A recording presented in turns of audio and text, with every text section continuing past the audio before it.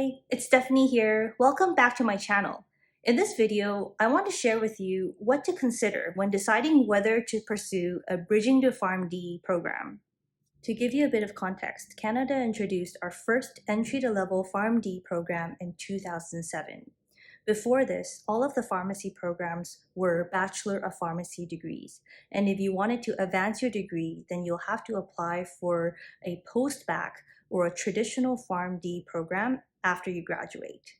Therefore, with this new entry-to-level PharmD program replacing all of our bachelor programs, it puts us old pharmacists at a slight disadvantage because of the competition that these new grads with their newly designated PharmD would have in the job market.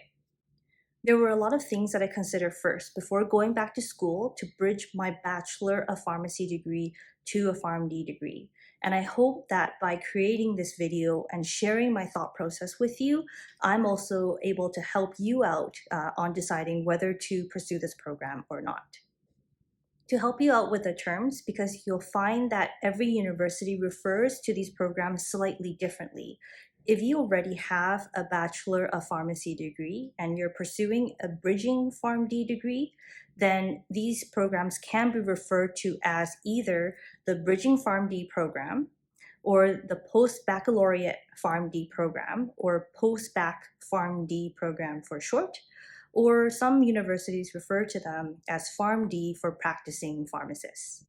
And if it's not already obvious, these Bridging PharmD programs are separate or completely different than their entry-to-level PharmD program. I mentioned the traditional PharmD program before, but as of 3 or 4 years ago, all of the Canadian universities have phased out their traditional PharmD programs. So you do not have to worry about this when you're looking at the program's website. One of the first things to consider before applying is where you are in your career. If you are young and you have a good 20 years plus to go before you retire, it might make sense to consider applying. The other thing to think about is, what is your career goal? Do you eventually want to go into what we call a clinical pharmacist specialist or a senior pharmacist position in a specialty area like infectious diseases or critical care? Generally, hospitals will look at whether you have a PharmD degree or a PGY2 or Year 2 pharmacy residency training before considering you as an applicant for these specialist pharmacist positions. However, if you were able to get into one of these long-term or permanent positions just through your clinical experience alone, and you don't plan to leave this position over the long term, it might not make sense to invest all this time and effort to bridge your degree to a PharmD degree. However, if there is a chance that you'll leave this position and have to compete with these new PharmD grads, then it might make sense to go back to school. The other thing that I thought about before applying is what I hope to achieve out of this program. Know that this is a clinically focused program. Therefore, if you want to apply to this program to strengthen your patient assessment skills, to hone your research skills further, and to gain more clinical experience in the form of clinical rotations, then this program's goals will align with yours. If you have determined that applying to a Bridging to PharmD degree aligns with your career goals, your next question is likely going to be, which program should I apply for?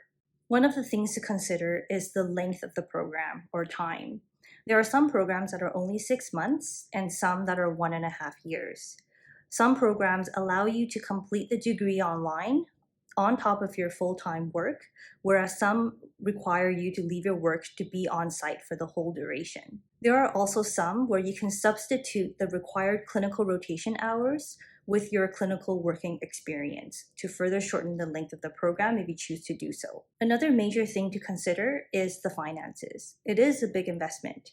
The tuition of these programs in Canada are around $35,000 across most of the universities. If you're looking at programs in the States, they are slightly more expensive. For example, I was looking at the University of Colorado PharmD program for pharmacists, and their tuition was around $70,000 USD for the whole program. It's also important to see whether the program that you're interested in is accredited. A program that is accredited in Canada would have gone through a rigorous check by our accreditation council to make sure they meet stringent quality standards. To gauge whether the program is accepted by your employers, you can also see if pharmacists who have completed their PharmD degrees with these universities have been accepted to specialist or senior pharmacist position roles in your hospital. Like I mentioned earlier, there are some programs that are purely online and some that require you to go back in school to complete the program in person. Which one you decide really depends on what kind of learner you are. If you are self-motivated and you're able to attend online lectures and keep yourself on a deadline for online assignments while working full-time, then the online program may be more suitable for you. If you're someone that requires extra motivation and learn best in person, then perhaps going back to school in person would be a better option. You also need to think about what you want to get out of the program. For me, my goals were to complete more clinical rotations in areas that I wasn't as strong as, such as kidney dialysis, psychiatry, as well as infectious diseases. Therefore, when I was picking my programs, I specifically looked for those with at least a 6-month rotation requirement to maximize my chance of being matched to rotations in these areas. I also wanted to see pharmacy practice outside of Canada. Therefore, I was also targeting programs that allowed for international rotations. The other thing that I was also debating between is whether to apply for a program here in Canada or those in the States. Some of the perks of a PharmD program done in the States is that their programs are usually more established because they've had the entry to level PharmD program and subsequently these bridging to PharmD programs around for longer. If you eventually want to get a pharmacist license in the States, then applying for a PharmD program in the States can also fast track your licensing process. Furthermore, by being exposed to pharmacy practice or colleagues outside of Canada, it can potentially make you a more well-rounded pharmacist in the end.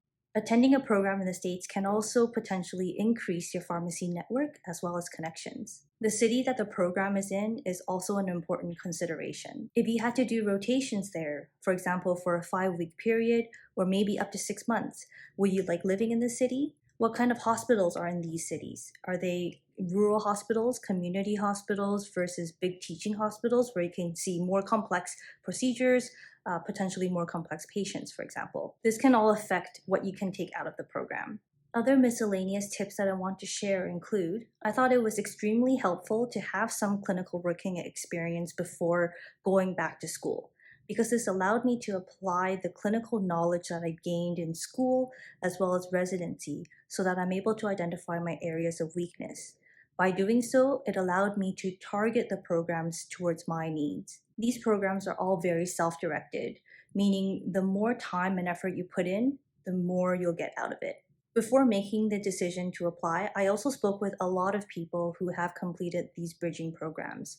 I thought it was helpful to gain their insight as to what they took out of the program, their work-life balance, and in terms of finding work after the program, whether it was hard to get into these specialist positions or not.